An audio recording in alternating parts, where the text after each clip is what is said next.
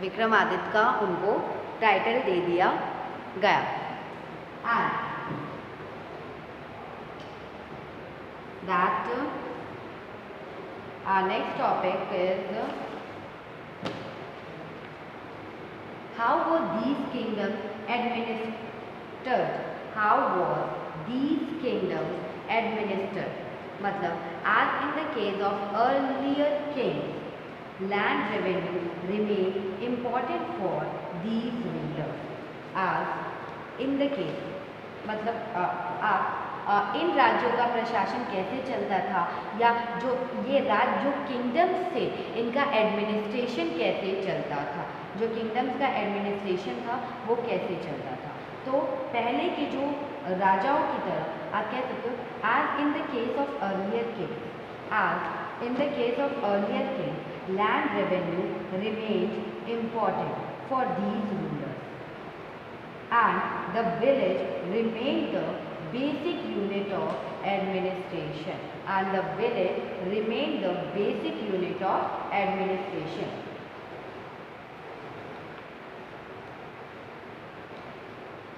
Basic units of administration. And पहले के जो राजाओं की तरह एज इन द केस जो अर्लियर राजा थे लैंड रेवेन्यू रिमेन इम्पॉर्टेंट, मतलब उनके लिए जो लैंड से रेवेन्यू आता था वो बहुत उन रूलर्स के लिए इम्पॉर्टेंट था।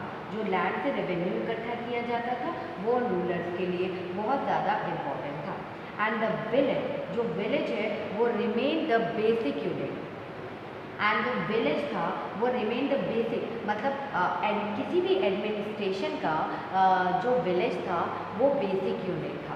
किसी भी एडमिनिस्ट्रेशन का जो विलेज था वो बेसिक यूनिट होता था। And there were some new development as well, और वहाँ पे कुछ न्यू डेवलपमेंट्स भी हुए थे। That king adopted a number of steps to win the support of men who were powerful either economically or socially or because of their political and military strength. There was some new development happened. वहाँ पे कुछ new development हुए थे और राजा ने क्या किया था, जो किंग्स ने अडॉप्ट किया था नंबर ऑफ स्टेप्स, किंग्स ने मतलब अडॉप्ट किया नंबर ऑफ स्टेप्स को अडॉप्ट किया था टू विन दी सपोर्ट, मतलब सपोर्ट विन दी सपोर्ट मतलब मैन के सपोर्ट के लिए जो कि बहुत पावरफुल थे आदर इकोनॉमिकली और सोशली, ठीक है, और बिकॉज ऑफ देयर पॉलिटिकल और मिलिट्री स्ट्रेंथ। राजाओं ने क्या किया था, राजा ने economically socially politically, economically socially politically और मिलिट्री स्ट्रेंथ रखने वाले लोगों का सपोर्ट के लिए अहम मतलब राजा ने एक एडॉप्ट किया था, बहुत अच्छा स्टेप उन्होंने एडॉप्ट किया था। उन्होंने उन लोगों से सपोर्ट मांगा, सपोर्ट ऑफ मैन, उन लोग मतलब राजा ने क्या किया कि मतलब वो उन लोगों से सपोर्ट मांग रहे थे, सपोर्ट ऑफ मैन जो कि बहुत पावरफुल थे, जो कि बहुत पावरफुल थे, दैट इज आइदर इकोनॉमिकली वो लोग पावरफुल थे या सोशली बहुत पावरफुल थे या पॉलिटिकली बहुत पावरफुल थे, because of their politically powerful थे या उनके पास मिलिट्री स्ट्रेंथ बहुत सारे थे, मिलिट्री स्ट्रेंथ से वो पावरफुल थे। इससे उन्होंने राजा ने इनके मतलब इनका सपोर्ट मांगा था, राजा ने इनका सपोर्ट मांगा। And some important administrative post were now hereditary, कुछ इम्पॉर्टेंट एडमिनिस्ट्रेटिव पोस्ट थे जो कि हेरिडिटी थे, कुछ इम्पॉर्टेंट एडमिनिस्ट्रेटिव पोस्ट थे, ठीक है, और वो एक हेरिडिटी था, मीन्स कि अगर पापा है उस पोस्ट पे तो फिर बेटा बनेगा, फिर उसका बेटा बनेगा, फिर उसका बेटा बनेगा। And this means that son succeeded fathers to these post, मतलब इसका मतलब यही था कि पापा के बाद उनका बेटा उस जॉब में जाएगा या वो राजा बनेगा, फिर उसका बेटा बनेगा, फिर उसका बेटा बनेगा। For example the poet Harisena, for example the poet Harisena was a mahadanda nayaka और chief judiciary officer like his father.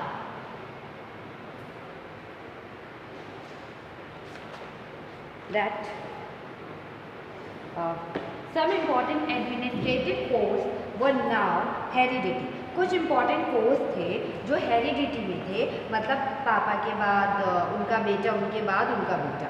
And second, this means that son succeeded father to these post. इसका मतलब यही था कि जो फादर है उनकी पोस्ट, फादर के जाने के बाद उनकी पोस्ट पे कौन आएगा? सन आएगा, उनका बेटा। For example the poet Harisena, मतलब एक एग्जाम्पल हम ले रहे हैं, जो poet Harisena was a mahadandanayak और chief judicially officer like his father.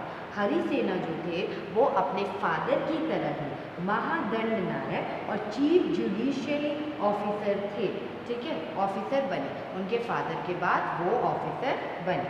And sometimes one person help many officer, और समटाइम क्या होता है कि जो एक पर्सन है वो हेड मेनी ऑफिसर्स को एक टाइम पे संभालता है, बहुत सारे ऑफिसर्स को वो एक टाइम पे संभालता है। एंड दैट मेनी ऑफिसर्स को वो एक टाइम पे संभालता है। For instance besides being a mahadandanayak, और जैसे कि जो हरिसेना थे एक mahadandanayak, mahadandanayak Harisena was a kumar Amatya, meaning an important minister and a sandhi विग्रह, meaning a minister of war and peace, meaning of minister of war and peace. अगर आप देखें तो कभी कभी क्या होता है, कभी कभी एक ही पर्सन कई ऑफिसेस को संभालता है, कई ऑफिसेस में एक ही पर्सन वर्क करता है। जैसे कि हमने हरिसेना को देखा था, एक महादंडनायक होने के साथ साथ वो कुमार अमात्य मीनिंग एक an important minister and Sandhi विग्रह meaning minister of war and peace थे, मतलब वो दो जगह काम कर रहे थे। कई पर्सन जो होते हैं वो कई ऑफिसेस में काम करते हैं। अगर हम फॉर एग्जांपल की बात करें, बिसाइड्स बीइंग मतलब महादंडनायक हरिसेना एक मतलब बॉस कुमार अमात्य थे, ठीक है, मतलब वो कुमार अमात्य संभाल रहे थे। कुमार अमात्य मतलब इम्पॉर्टेंट मिनिस्टर उन्हें बनाया गया था, और संधि विग्रह मतलब इम्पॉर्टेंट मिनिस्टर वॉर और पीस के थे, ठीक है। हरिसेना दो ऑफिसर संभाल रहे थे, कुमार अमात्य और संधि विग्रह। कुमार अमात्य और संधि विग्रह वो संभाल रहे थे। कुमार अमात्य मतलब इम्पॉर्टेंट मिनिस्टर और संधि विग्रह मतलब minister of war and peace, minister of war and peace. Besides important man probably had a say in local administration, और बिसाइड आप कह सकते हो जो इम्पॉर्टेंट मैन थे, जो इम्पॉर्टेंट मैन प्रोबेबली उनका लोकल एडमिनिस्ट्रेशन पे बहुत ज़्यादा ही दबदबा था, लोकल एडमिनिस्ट्रेशन पे बहुत ज़्यादा दबदबा था इम्पॉर्टेंट मैन का। एंड दीज इंक्लूड द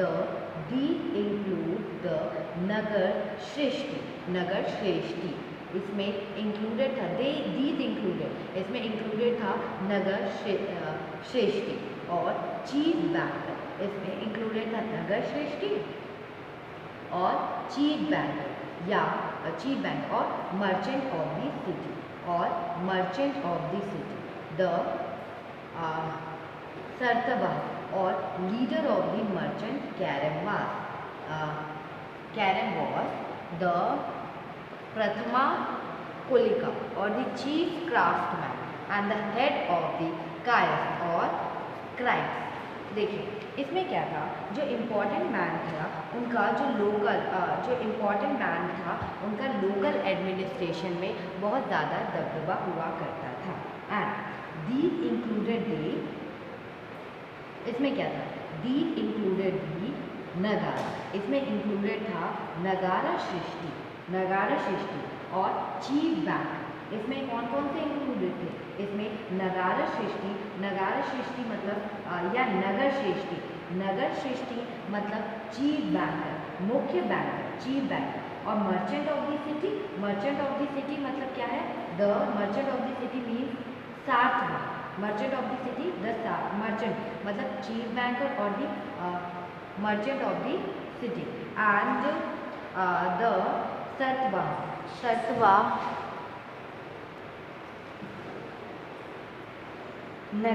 नगर सृष्टि और चीफ बैंकर और the merchant of the city और next merchant of the city. Then सातवां देखिए हम क्या करते थे, इसमें जो नगर सृष्टि उसे चीफ बैंकर या मर्चेंट ऑफ द सिटी होता था, और जो सातवां और द लीडर,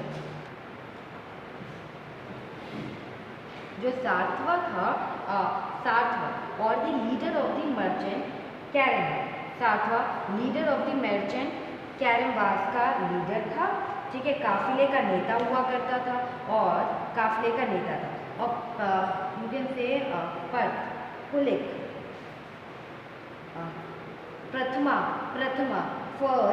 प्रथम कुलिक वो क्या होता था, चीफ क्राफ्टमैन, मतलब प्रथम कुलिक का मतलब क्या होता है, चीफ क्राफ्टमैन मतलब मुख्य शिल्प का, and the head of the Kayastha और स्क्राइब मतलब लिपिक, हेड ऑफ द कायस्थ और लिपिक जैसे लोग इसमें होते थे।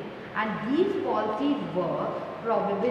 these policies were reasonably effective, but sooner or later some of these powerful men grew strong enough to set up independent kingdoms।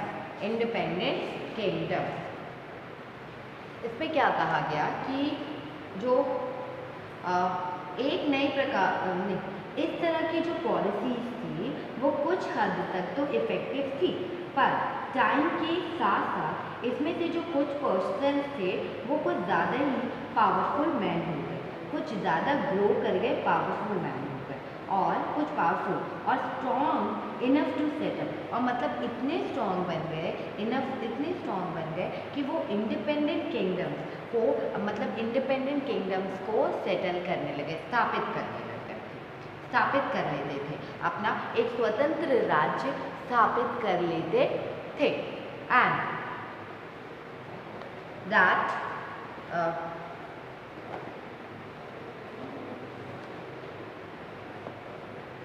our next topic is a new kingdom kind of army, and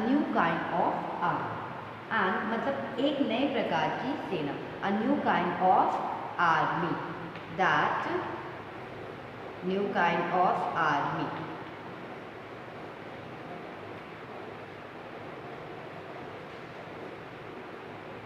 that like earlier rulers, some of these kings maintained a well organized army, मतलब earlier rulers की ही तरह जो सम of these Kings मतलब कुछ Kings ने maintain किया है ए well organised army, कुछ जो राजा है अभी भी पुराने ही राजाओं की तरह उन्होंने अपनी आर्मी को वेल ऑर्गेनाइज किया है, ठीक है, अर्लियर रूलर्स की तरह उन्होंने भी अपनी आर्मी को मेंटेन किया है, जो अर्लियर रूलर जैसे वो अपनी आर्मी को रखते थे, लाइक विद एलिफेंट्स थे उनकी आर्मी में, चेरॉइड्स थे, कैवलरी एंड फूट सोल्जर्स थे, मतलब फूट सोल्जर्स थे उनकी आर्मी में। And besides there were military leaders who provided the king with troops whenever he needed them. और बिसाइड देयर वर, यहाँ पे मतलब वहाँ पे देयर वर मिलिट्री लीडर्स थे, वहाँ पे कुछ मिलिट्री लीडर्स थे जिन्होंने हु प्रोवाइडेड द किंग, मतलब उन्होंने राजा को who provided the king को troops, who provided the king with troops whenever he needed them, मतलब कुछ मिलिट्री लीडर्स थे जब भी राजा को ट्रूप्स की ज़रूरत होती थी, सैनिकों की ज़रूरत होती थी, तो वो उनको सैनिकों की सहायता प्रोवाइड कर देते थे या सैनिकों को वहाँ पे पहुँचा देते थे।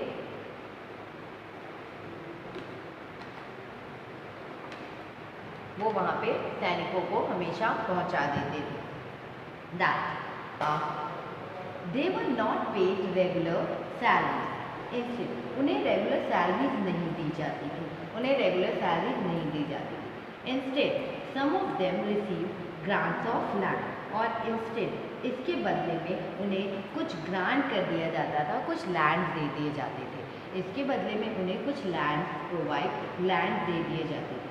They collected revenue from the land, वो कलेक्ट करते थे रेवेन्यू लैंड से, and used this to maintain soldier, और इसको यूज़ करते थे और उस रेवेन्यू को यूज़ करते थे और अपने सोल्जर्स को मेंटेन करते थे, अपने सोल्जर्स को, अपने हॉर्सेस को, और जो वॉरफेयर, जो युद्ध में जितने equipment, and provide equipment for warfare, और उनकी देख रेख के लिए जो प्रोवाइड की जाती थी इक्विपमेंट्स के हथियार, जितने भी वॉरियर्स में जो भी हथियार होते थे वो उसको इक्विपमेंट्स को जुटाते थे। And these men were known as samanta, और यही सामंत, मतलब इन मैन को हम लोग क्या कहते हैं, सामंत कहलाते हैं। ये जो काम ये लोग करते थे उन्हें हम क्या कहते थे, जो कलेक्ट करते थे रेवेन्यू लैंड से और उसको वो मेंटेन, सोल्जर्स हॉर्सेस को मेंटेन करते थे, और जो युद्ध में जो इक्विपमेंट्स उन्हें ज़रूरत पड़ती थी उसको परचेज करते थे, इसे हम सामंत कहलाते थे। मतलब इस तरह के व्यक्ति जो काम करते थे उन्हें हम सामंत कहते थे। और whenever the ruler was weak, Samant try to become independent, और जब रूलर वीक हो जाता था, जब भी रूलर अगर कभी वीक हो गया तो जो सामंत है वो सामंत क्या कोशिश करता था, ट्राई करता था कि वो इंडिपेंडेंट बन जाए, सामंत ट्राई करता था कि वो इंडिपेंडेंट बन जाए। एंड सामंत हमेशा कोशिश करता रहता था कि वो इंडिपेंडेंट बन जाए। Second, and assemblies in the southern kingdoms, assemblies in the southern kingdoms, that the inscriptions of the Pallava mention a number of local assemblies, जो इंस्क्रिप्शंस हैं पल्लव की उसमें लोकल असेंबलीज के बारे में, नंबर ऑफ लोकल असेंबलीज के बारे में काफ़ी चीज़ बताई गई हैं, ठीक है, उसमें मेंशन किया गया नंबर ऑफ लोकल असेंबलीज के बारे में। दीज इंक्लूडेड दी सभा which was an assembly of ब्राह्मण लैंड ओनर, और ये इसमें क्या था, ये इंक्लूड, इनमें से एक था ब्राह्मण लैंड ओनर का संगठन, जिसे सभा, मतलब इसमें देखो, इसमें एक सभा होती थी और इस सभा में एक असेंबली, मतलब इसे एक सभा कहा जाता था, और इस सभा में किस चीज़ की असेंबली होती थी, किस चीज़ की, ब्राह्मण लैंड ओनर्स की, ये ब्राह्मण लैंड ओनर्स की असेंबली थी, और इसी को हम क्या कहते हैं, सभा कहते हैं। ब्राह्मण लैंड ओनर की असेंबली थी और इसी को हम क्या कहते हैं, इसी को हम सभा कहते हैं, इसी को हम सभा कहते हैं। And this assembly function through सब कमिटी, और ये जो असेंबली है वो फंक्शन करती थी थ्रू सब कमिटीज में, मतलब ये जो जिन इलाकों के, मतलब ये जो असेंबलीज हैं ये कुछ कम, ये दिस असेंबली फंक्शन थ्रू सब कमिटी, ये जो असेंबली है वो फंक्शन करती थी कुछ कमिटीज़ के द्वारा, कुछ कमिटीज़ कुछ असेंबली को कुछ फंक्शन देती थी, वो पूरा करते थे। That is first which looked after, मतलब कौन आफ्टर इरिगेशन को देखेगा, ठीक है, इरिगेशन फैसिलिटीज़ को देखेगा, एग्रीकल्चरल ऑपरेशंस को देखेगा, या मेकिंग रोड्स या लोकल टेम्पल एक्सेट्रा आदि का काम करती थी। ये सभाएं, ये जो असेंबली थी वो फंक्शन, अपने फंक्शंस को करती थी सब कमिटी, मतलब ये असेंबली अपने फंक्शंस को पूरा करती थी और मतलब सब कमिटी उन्हें एडवाइस करती थी कि किस किस टाइप के और कौन कौन से फंक्शंस आपको करने हैं, लाइक विच मतलब irrigation, agriculture operation, making roads और local temples etcetera and local temple. That the Oud was a village assembly found in areas where the landowners were not Brahmin, जो ओड थे, ठीक है, जिन इलाकों,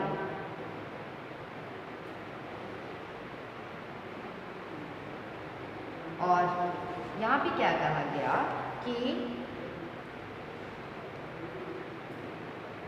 जिस भी द उर वॉज अ विलेज असेंबली, उर भी एक विलेज असेंबली थी, जैसे कि ब्राह्मण लैंड ओनर की, ब्राह्मण लैंड ओनर की एक वेल असेंबली थी, उनकी एक असेंबली थी, तो और लैंड और की भी और विलेज असेंबली, और की भी एक विलेज असेंबली थी, और की भी एक विलेज असेंबली थी। जैसे ब्राह्मण की एक विलेज असेंबली थी, उनकी भी एक विलेज असेंबली थी। और क्या कहा जाता था, जहाँ पे ब्राह्मण की असेंबली नहीं होती थी, जहाँ के ओनर्स ब्राह्मण, जिस लैंड के ओनर्स ब्राह्मण नहीं होते थे, उसको वहाँ पर क्या होती थी, किसकी असेंबली होती थी, उसकी मतलब उर की असेंबली होती थी। UR उर की असेंबली होती थी। That is UR, U for umbrella, R for rat, उर।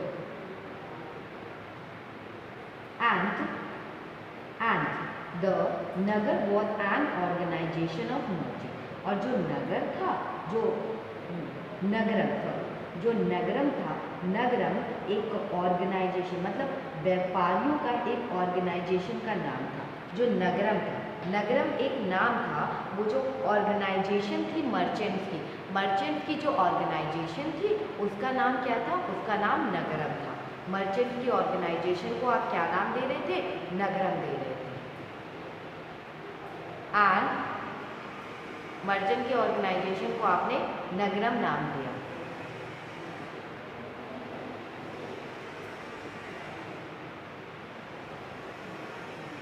And it is likely that these assemblies were controlled by rich and powerful landowners and merchants. And it is likely that, ये likely है कि हो सकता है कि संभवतः जो इन असेंबली पर, it is likely that these assemblies, in assemblies को कौन कंट्रोल कर रहा था, These assemblies were controlled by rich and powerful landowners. In assemblies को किसने कंट्रोल किया, मतलब रिच और पावरफुल लैंड ओनर्स ने एंड मर्चेंट्स ने कंट्रोल किया था। इन असेंबली को कंट्रोल किया रिच और पावरफुल लैंड ओनर्स और मर्चेंट्स ने कंट्रोल करके रखा हुआ था। Rich and powerful land owners and merchants ने इस असेंबली को कंट्रोल कर रखा हुआ था। And many of the local assemblies continue to function for century. लेकिन जो मैनी ऑफ दी जो लोकल असेंबलीज थी, मैनी ऑफ दी जो लोकल असेंबलीज थी वो continue to function for century, वो कंटिन्यू, मैनी ऑफ दी, इनमें से बहुत सारी जितनी भी असेंबलीज थी वो सेंचुरी से कंटिन्यू होती, मतलब रेगुलर काम वर्क कर रही है, कंटिन्यूसली वो रेगुलर वर्क कर रही हैं assembly. And our next topic is that is ordinary people in the kingdoms. Ordinary people in the kingdoms.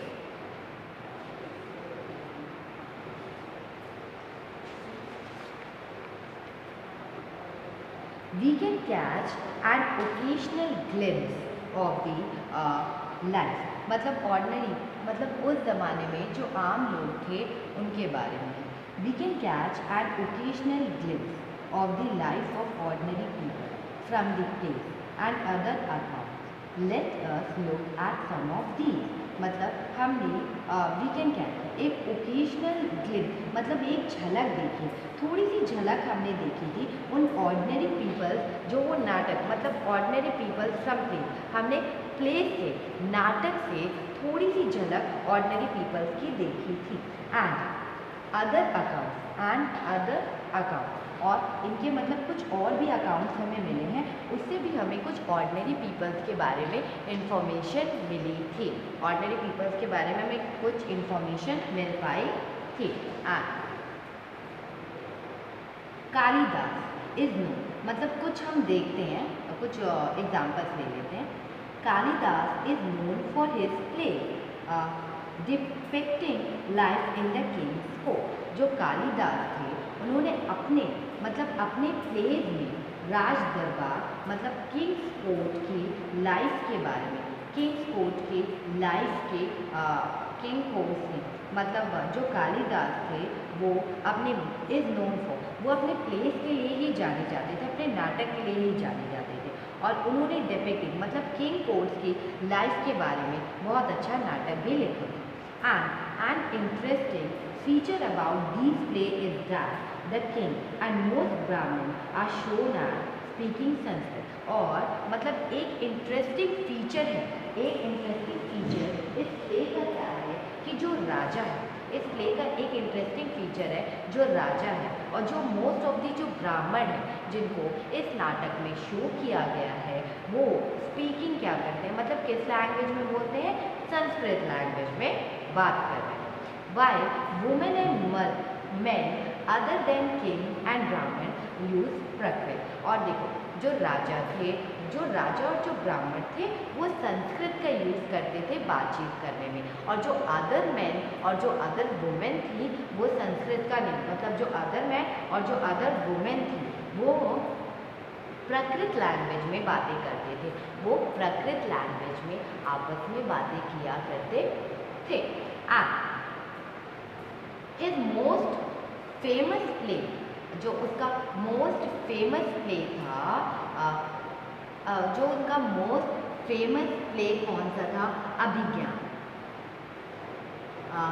अभिज्ञान शकुंतलम, ठीक है। उनका जो मोस्ट फेमस प्ले था अभिज्ञान, मतलब अभिज्ञान, अभिज्ञान शकुंतलम था।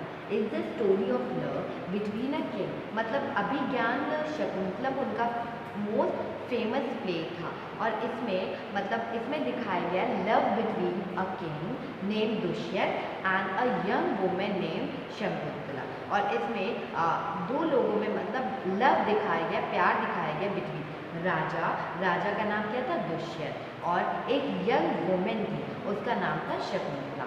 उन दोनों के बारे में, उनकी लव स्टोरी के बारे में अभिज्ञान शकुंतलम में डिस्क्राइब किया गया है और ये कालिदास की फेमस प्ले था, कालिदास का फेमस प्ले था। And famous play we find an interesting description of the life of a poor fisherman in this play। और हम we find an मतलब हम find करते हैं, पर ढूंढते हैं, एक इंटरेस्टिंग डिस्क्रिप्शन था of the life of a poor. और इस नाटक में एक गरीब, मतलब एक गरीब फिशरमैन के साथ, एक गरीब फिशरमैन के साथ, मतलब क्या फिशरमैन के साथ जितने भी वहाँ राजकर्मी थे उनके मतलब दुर्व्यवहार के बारे में बात की गई है। मतलब एक इंटरेस्टिंग डिस्क्रिप्शन दिया गया फ्लाइट ऑफ ए फिशरमैन, मतलब उसके साथ कैसे दुर्व्यवहार किया है फिशरमैन के साथ इस नाटक में उसको डिस्क्राइब किया गया, उसको बताया गया। और उसकी स्टोरी हम पढ़ते हैं। दैट उनकी story, a fisherman finds a ring, और जो फिशरमैन है उसको एक रिंग मिली, ठीक है, उसे एक अंगूठी मिली थी, फिशरमैन को एक अंगूठी मिली थी, एंड फिशरमैन को एक अंगूठी मिली। और इसमें क्या था, एक उसे a fisherman found a precious ring, fisherman को एक मतलब प्रीशियस रिंग मिली which the king had given to Shakuntala. और उन्होंने वो किंग, वो जो उन्होंने क्या किया विद द किंग, मतलब वो जो रिंग मिली थी, जो प्रीशियस रिंग मिली थी वो राजा दुष्यंत ने किसे गिफ्ट किया था, शकुंतला को गिफ्ट किया था।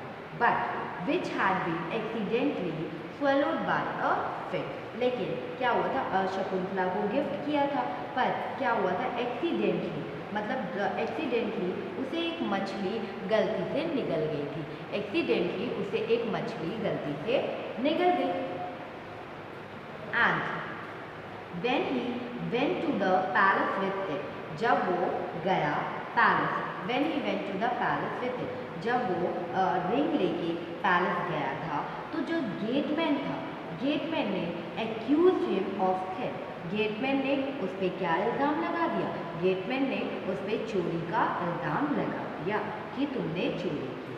और जो चीफ पुलिस ऑफिसर था वो वॉज रेदर रूड, और जो चीफ पुलिस ऑफिसर था वो उससे बहुत ही ज़्यादा रूड से बात कर रहा था। However the king was happy when he saw the ring, लेकिन जैसे ही राजा ने उस रिंग को देखा तो जो किंग था वो बहुत खुश हो गया और sent a reward for the fisherman, और उसने मछुआरे या उसने फिशरमैन के लिए रिवॉर्ड सेंड किया, उसने फिशरमैन के लिए रिवॉर्ड सेंड किया। Then the police officer and the gentleman decided to take a share of the reward and went along with the fisherman to have a drink.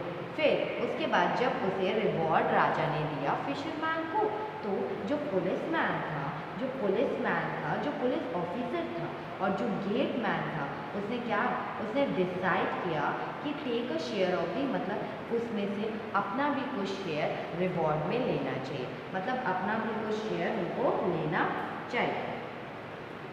And went along with the fisherman to have a drink, और मतलब वो fisherman के साथ ही चले गए, एक मतलब drink के नाम पर फिशरमैन के साथ वो लोग चले गए, और कहाँ पे गए, मतलब ड्रिंक पीने के लिए वो फिशरमैन के साथ हो लिए।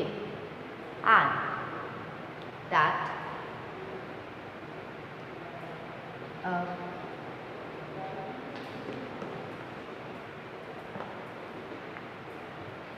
the Chinese pilgrim Fa Xian noticed the plight of those who were treated as untouchable by the high and mighty। मतलब जो चाइनीज पिलग्रिम था, पिलग्रिम मीन्स की जो तीर्थयात्री, जो तीर्थ की यात्रा करते हैं, जो चाइनीज पिलग्रिम था, कौन था, फा शियान था चाइनीज पिलग्रिम। उसने notice the plight of those who were treated, उसने नोटिस किया द plight of those, उसने क्या नोटिस किया था, plight of those, notice the plight of those who were treated as untouchable by the high and mighty। उसने ध्यान दिया उन लोगों की दुर्गति पर भी गया, मतलब उन टचबिलिटी लोगों के पास भी गया जिन्हें ऊंचे और माइटी शक्तिशाली लोग अछूत मानते थे, अनटचबल मानते थे। उन फ्लाइट मतलब उन दुर्गति, मतलब उन लोगों के पास भी वो गया था जिन्हें हाई पावर के लोग, ऊंचे लोग और जो शक्तिशाली लोग हैं वो उन्हें अछूते मानते थे, ठीक है, अनटचबल मानते थे।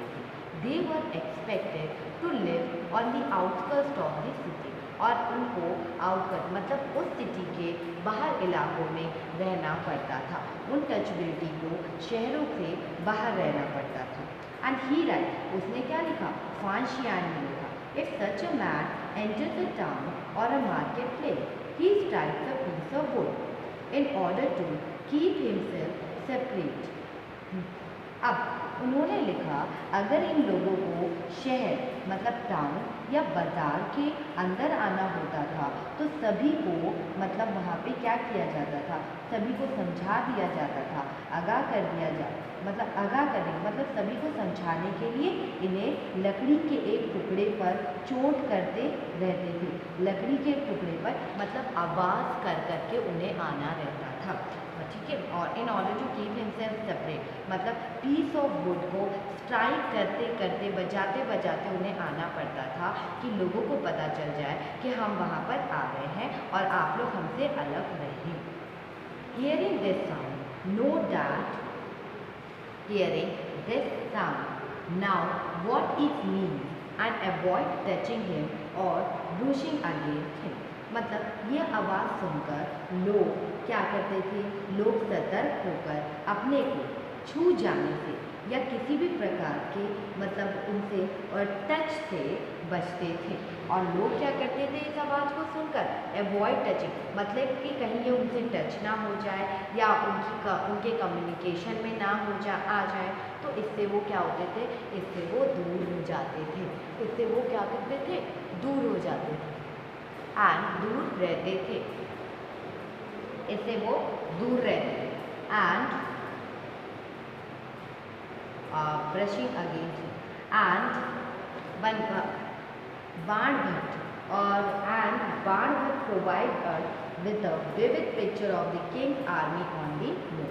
और एक जगह बाणभट्ट ने मतलब एक अब यहाँ राजा की जो सेना है वो आर्मी मतलब जो किंग्स की जो आर्मी है वो मूव कर रही है, उसी पिक्चर को, उसी चीज़ को बाण भट्ट ने बहुत अच्छे से डिस्क्राइब किया है। बाण भट्ट ने क्या किया है, उसी चीज़ को बहुत अच्छे से डिस्क्राइब किया है। The Kings army. The king travel with an enormous amount of equipment. The Kings army, जो राजा है, किंग ट्रेवल, जब भी किंग कहीं जाता है, ट्रैवल करता है, तो वो एनॉर्मस अमाउंट ऑफ इक्विपमेंट अपने साथ रखता है। एनॉर्मस अमाउंट ऑफ इक्विपमेंट वो अपने साथ रखकर लेकर साथ चलता है। एंड अपने साथ लेकर चलता है। And apart from weapon there were things, मतलब वेपन्स के अलावा there were things of daily use such as pot, pan, furniture, golden tools, food including animals such as goat, deer, rabbit, vegetables, spices carried on cart or loaded on the back of animals such as camel and elephant. अब जो राजा होता है वो अपने साथ enormous equipments को लेकर चलता है, बहुत सारे सामान को लेकर चलता है। और इन सामानों में सिर्फ वेपन ही नहीं होते, इन सामानों में सिर्फ हथियार ही नहीं होते हैं। इन सामानों में क्या क्या होता है, इन सामानों में डेली यूज़ का भी सामान होता है, जैसे पॉट होता है, पैन होता है, फर्नीचर होता है, गोल्डन फूड स्टूल्स होते हैं, गोल्डन फूड स्टूल होते हैं, फूड होता है। और फूड में क्या, इंक्लूडिंग एनिमल सच एज गोट होता है, डियर होता है, रैबिट होते हैं, वेजिटेबल्स होते हैं, स्पाइसेस मसाले भी रखे जाते हैं। वो क्या करते हैं, कार्ट में रखते हैं इन सब चीज़ों को, और कार्ट में रख के पैक करके वो क्या करते हैं, एनिमल्स में सच एज कैमल और एलिफेंट्स के ऊपर लोड कर दिया करते हैं। सच एज कैमल्स और एलिफेंट के ऊपर वो लोग क्या कर दिया करते थे, इसको लोड कर दिया करते थे, पैक एंड ठीक है। इसमें वो अगर आप देखो तो वो अपने साथ बहुत सारी चीज़ें लेकर चलते थे। हथियार के अलावा वो अपने जो डेली यूजेस के सामान थे उसको भी लेकर अपने साथ चलते थे। जैसे अगर आप कहो बर्तन लेके चलते थे और खाने पीने का सामान लेके चलते थे, जिसमें बकरी, हिरण, खरगोश, सब्जियां, मसाले, इन सबको भी रखा गया था। इन सब सारी चीज़ों को वो अपने साथ ट्रैवल करते वक्त ले जाया लाया करते थे। एंड और क्या करते थे, ले जाया लाया करते थे। लेकिन इतना सामान वो ले जाया लाया कैसे करते थे, और वो क्या करते थे, ये सारी चीज़ें वो कार्ट पर, मतलब कार्ट पे डाल देते थे, या ऊँटों या हाथी जैसे सामान, जितने भी सामान ढोने वाले जानवर थे उनकी पीठ पे, जितने भी जानवर थे उनकी पीठ पर लाद कर ये सामान लेके जाया जाता था। जानवरों की पीठ पर लाद कर ये सामान लेकर जाता था। And this huge army was accompanied by musicians beating drums and others playing horns and drums। और ये जो ह्यूज आर्मी थी वो accompanied थी, उसमें मतलब म्यूजिशियंस भी थे जो ड्रम बजाते थे, और जो अदर थे वो हॉर्न और ट्रम्पलेट बजाते थे। अगर आप देखें तो इतनी बड़ी आर्मी में के साथ, मतलब इतनी बड़ी सेना ट्रूप्स के साथ कौन चलता था, हमारे जो म्यूजिशियंस थे वो चलते थे। और म्यूजिशियन क्या करते थे, नगाड़े बजाते थे, बिगुल बजाते थे, तुरही बजाते थे और चलते रहते थे। वो ये सारी चीज़ें बजाते रहते थे और चलते रहते थे, एंड बजाकर चलते रहते थे। That villages had to provide hospitality. जो विलेजेस थे उन्हें हैड टू प्रोवाइड, विलेजेस को प्रोवाइड करने की हॉस्पिटैलिटी अलोंग दी वे। ठीक है। रास्ते में पड़ने वाले जितने भी गांव वालों को उनका सत्कार करना पड़ता था, मतलब जो विलेजर्स हैं उनको उनका हॉस्पिटैलिटी करना पड़ता था या सत्कार करना पड़ता था। Along the way they came with gift of her, मतलब वो आए थे वहाँ पे, they came with gift of her, और वो उनका जो सत्कार करते थे, राजा लोगों का जब वो सत्कार करते थे तो वहाँ पे वो क्या लेकर आए थे, विद गिफ्ट ऑफ कर, मतलब गिफ्ट लेकर आए थे, कर्ड्स दही, मतलब उन्हें गिफ्ट में क्या देते थे, दही, गोल्ड एंड फ्लावर देते थे, and provided fodder for the animal, और देखो वो लोग गिफ्ट में लाते थे कर्ड, गोल्ड और फ्लावर, ठीक है, और वो उनके एनिमल्स के लिए भी फूडर लेकर आते थे, वो उनके एनिमल्स के लिए भी फूडर लेकर आते थे।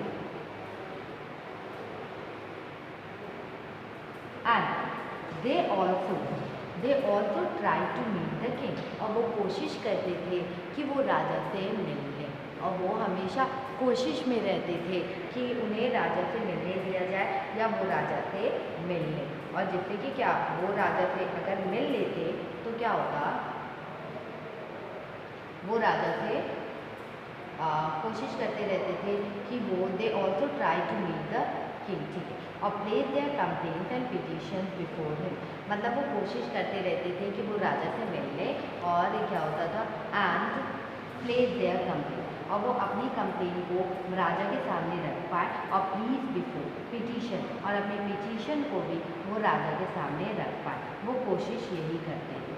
The army left a trial of destruction behind, जो आर्मी था वो लेफ्ट कर जाता है, ये जो सेना है,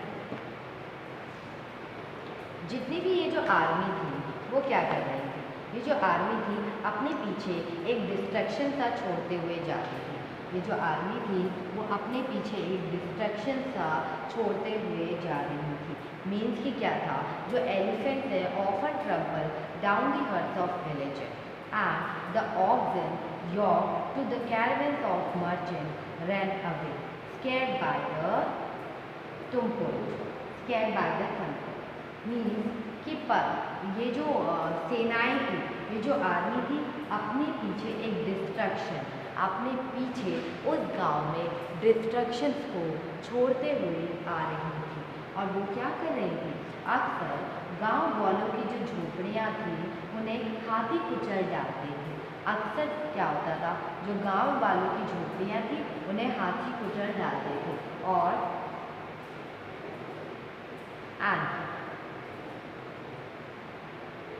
का हाथी कुचल डालते थे, और जितने भी ट्रेडर थे जो travel down the huts of village and the oxen yoked to the caravans of merchants run away, scared by the tumult, और मतलब कि जितने भी व्यापारी थे वो, जितने भी व्यापार जो ट्रेडर्स थे, ट्रेडर्स के काफिलों में, ट्रेडर्स के काफिलों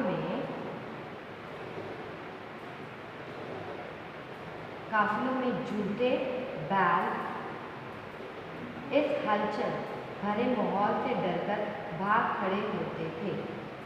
एंड क्या होता था, जितने भी मतलब ये जो झोपड़ी कुचल डालते थे, और जो भी व्यापारी थे, जो भी ट्रेडर्स थे, ट्रेडर्स के काफिलों में, जितने भी ट्रेडर्स के काफिलों में, ट्रेडर्स के जो काफिलों में जूते, जितने भी बैल थे, इस हलचल को सुनकर सब कोई डरकर भाग जाते थे। और जो बाणभट्ट थे, बाणभट्ट क्या लिखते हैं, पूरी दुनिया धूल के अंतर्गत में डूब जाती थी, पूरी दुनिया धूल के अंतर्गत में डूब जाती थी।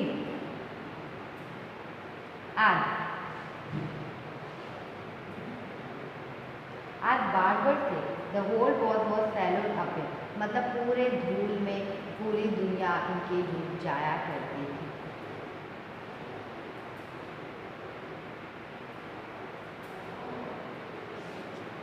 नेक्स्ट एल्सवेयर, हमारा जो नेक्स्ट टॉपिक है वो एल्सवेयर है। फाइंड अरेबिया और मैप 6, आप फाइंड करिए अरेबिया, मैप 6 में आप उसको ढूंढिए। Also it is a desert, it was at the hub of communication for century. मतलब अरेबिया, जो अरेबिया का जो मैप है उसमें पेज नंबर 6 में पेज नंबर 76 और मतलब मैप नंबर 6 है और पेज नंबर 76 और 77 है। आप उसमें आप उसमें इस चीज़ को ढूंढिए। And also it is a desert, मतलब ये एक डेजर्ट है, इट इज़ अ डेजर्ट। और it was at the hub of communication for century, ये एक डेजर्ट है। लेकिन अब क्या हुआ है,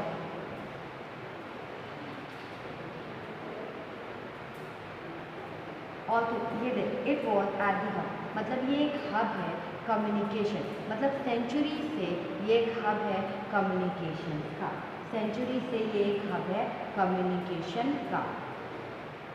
दरअसल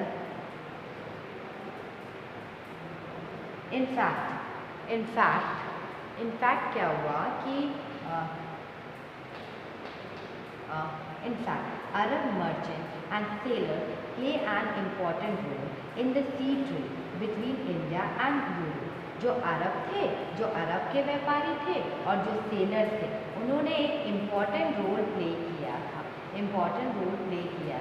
इन the sea trade between the India and Europe, in the sea trade between the India and Europe. उन्होंने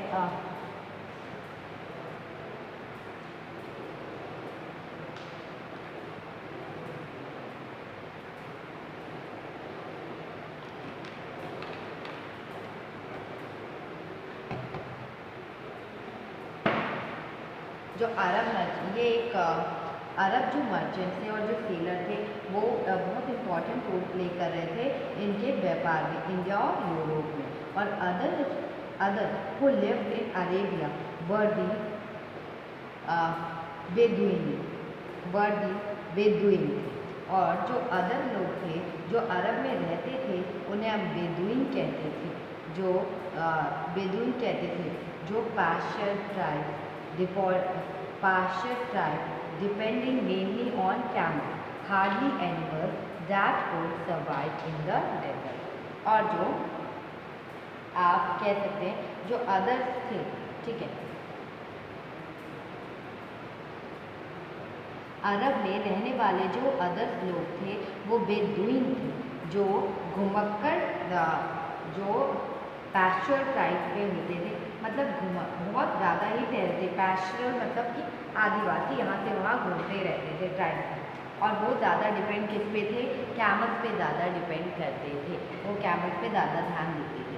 और hardy animal that could survive in the desert, मतलब hardy animal that could survive, क्योंकि वो क्या होते थे कि मतलब सर्वाइव इन द डेजर्ट, वो क्या करते थे, मतलब जो पैशर ट्राइब थे वो बहुत घुमक्कड़ कबीले थे। और ये सबसे ज़्यादा इम्पोर्टेंट कि मतलब ये ज़्यादा डिपेंड किस पे होते थे, कैमल्स पे डिपेंड होते थे। Hardy animals that could survive, मतलब जो हार्ड एनिमल, जो दूसरे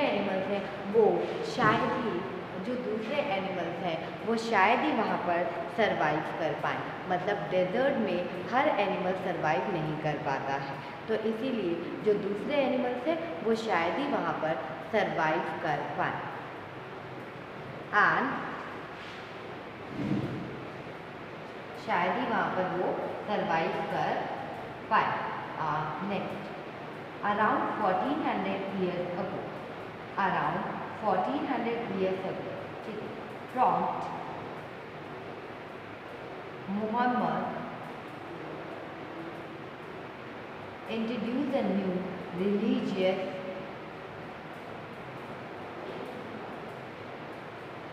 1400 years ago जो प्रॉम्प्ट थे, डैट आप उसे हिंदी में क्या कहोगे प्रॉम्प्ट को, डैट इज पैगम्बर मोहम्मद ने उन्होंने इंट्रोड्यूस किया न्यू रिलीजन को, इस्लाम को एंड अरेबिया को। उन्होंने इंट्रोड्यूस किया न्यू रिलीजन को, न्यू इस्लाम को और न्यू अरेबिया को, ठीक है, न्यू अरेबिया को, ठीक है,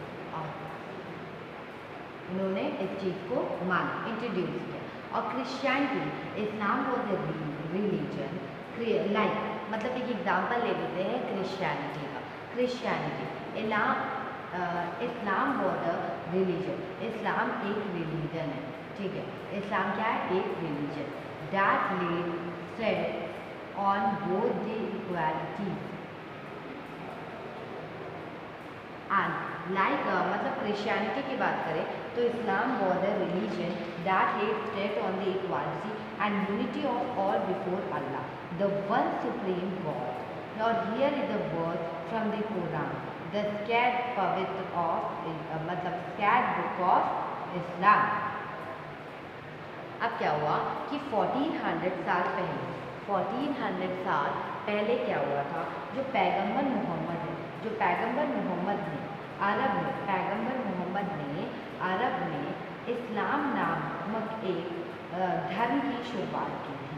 और इसमें क्या था, जो क्रिश्चियनिटी धर्म है, धर्म की तरह इस्लाम, क्रिश्चियनिटी धर्म की ही तरह इस्लाम ने भी अल्लाह को बहुत ही इम्पोर्टेंस माना है। इस्लाम ने भी अल्लाह को बहुत इम्पोर्टेंस माना है। एंड इसके बाद सभी को समान व्यवहार, क्रिश्चियनिटी अगर हम एग्जांपल ले रहे हैं क्रिश्चियनिटी, इस्लाम एक रिलीजन है दैट लेड स्ट्रेस, मतलब वो स्ट्रेस करता है इक्वालिटी और यूनिटी होनी चाहिए अल्लाह के बंदों में, अल्लाह के लोगों में इक्वालिटी और यूनिटी होनी चाहिए। द वन सुप्रीम गॉड, मतलब एक सुप्रीम गॉड ने ये सारी बातें की, इनकी सुप्रीम गॉड होना चाहिए जिसे सब लोग मानते हो। और here is a word from the Quran, यहाँ पे कुछ वर्ड है कुरान का। फॉर बिलीविंग मतलब फॉर कुरान, द स्कैट मतलब बहुत पवित्र बुक का कुछ वर्ड दिया गया है। Like for Muslim man and women, for believing man and women, for devout man and women, for true man and women, for man and women who are patient and constant. मतलब उन्होंने कहा है कि for Muslim, जो मुस्लिम है, जो Muslim women है और जो मुस्लिम मैन के लिए उन्होंने क्या कहा है, विश्वास रखने वाली जो मुस्लिम औरतें हैं और जो पुरुष के लिए मतलब उसका हमने एक वर्ड ले लिया है for believe, for devout man and women, for devout man और वीमेन, फॉर ट्रू मैन और वुमेन, डिवोट के लिए, ठीक है, विश्वास रखने के लिए स्त्रियों पुरुषों के लिए, मुसलमान स्त्रियों पुरुषों के लिए, विश्वास रखने वाले स्त्रियों पुरुषों के लिए, और भक्त for Muslim man and women, for believing man and women, for devout man and women, for future man and women, for man and women who are patient and constant. मतलब और नेक्स्ट में उन्होंने क्या कहा, विश्वास रखने के लिए कहा, और जितने भी भक्त स्त्रियाँ और पुरुषों के लिए, मतलब सच्ची स्त्रियों और पुरुषों के लिए भी उन्होंने कहा। और उन्होंने क्या क्या बातें कही है, true man, for man and women who are patient and confident, for man and women for humble them, so far self and women who gave in charity, for men and women who fast, for men and women